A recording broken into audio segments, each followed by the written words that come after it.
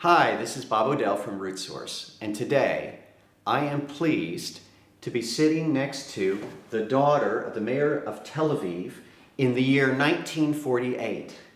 I am sitting next to Iry Ricci. Right. How are you doing today? Fine. Nice to sit with you and talk.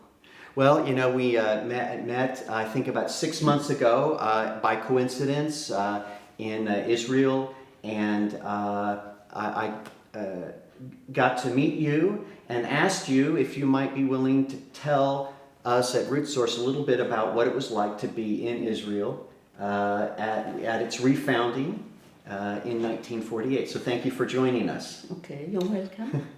I want to start by asking you just about today. You are, so where are we right now? What city are we? We are in Mevaseret Zion.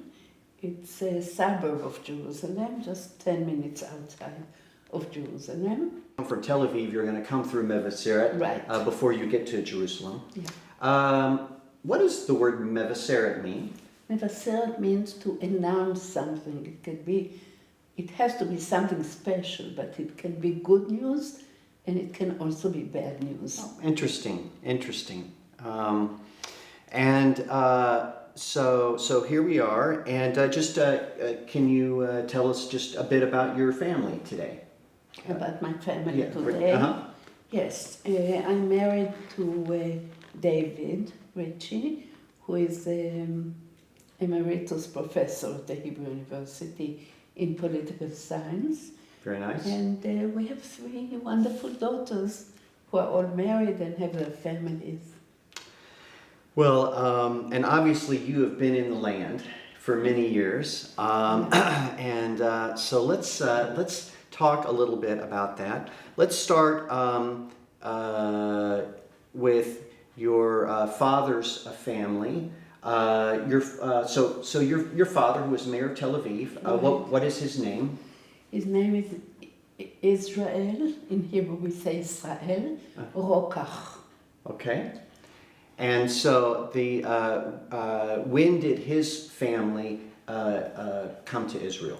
His family came to Israel, to Palestine actually, in around 1840, 1850. 1840 or Yeah. 50? Yeah. Oh my goodness, that's That's so like early. 5 generations ago. Where did they come from? The one who first came, his name was Israel Bach. He came from the Ukraine. Really?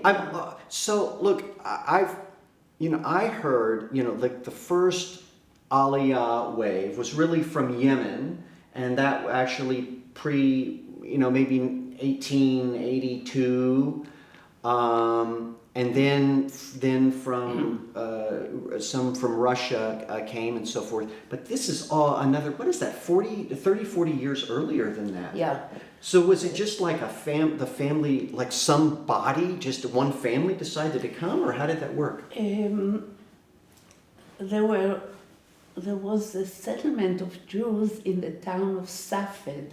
Safed, yes. Safed. Up near Sea of Galilee, a little bit north of that. Up. And he was not the only one who came, but he didn't come as a part of a group. He came to the Holy Land.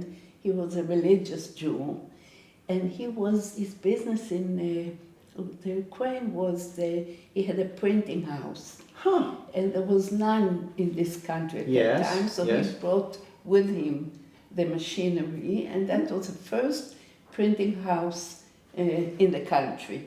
That is amazing. I know Safed is a place where I've heard stories about certain rabbis who would come there and to study, and it's actually one of the 4 holy cities or something. Right. And, Yeah.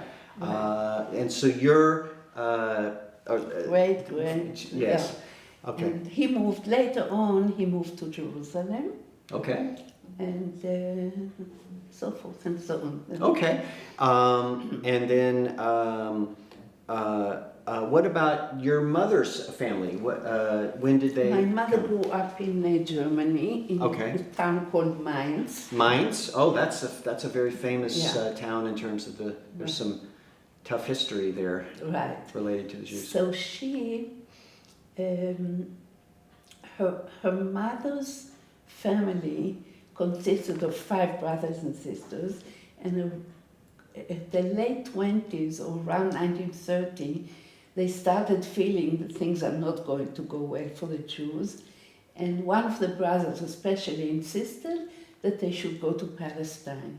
And they had lots of arguments about it, but at the end he convinced them, and all 5 immigrated to Palestine, and my mother came along also. Wow. So 5 brothers Yeah, make the decision, we're going to do this. And that's not like an Aliyah wave or anything, or not an Aliyah wave. There were others who thought like this. Yes. Most German Jews thought that because they were so active in the German society and so successful that nothing will happen to them. right, And even till the last minute there was some who didn't leave. right.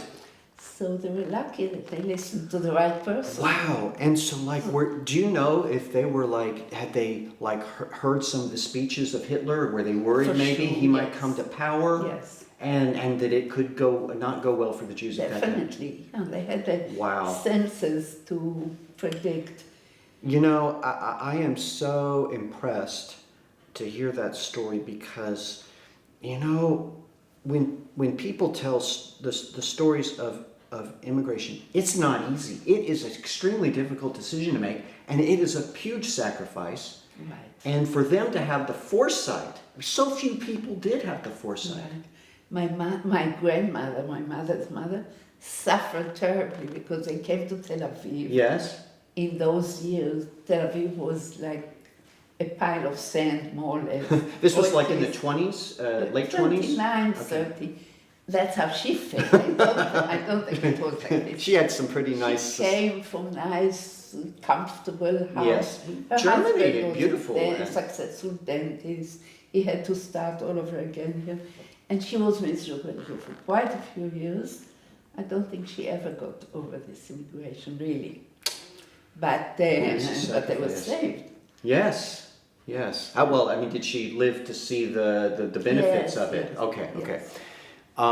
She didn't quite admit it, but the benefits that she did see. Yes.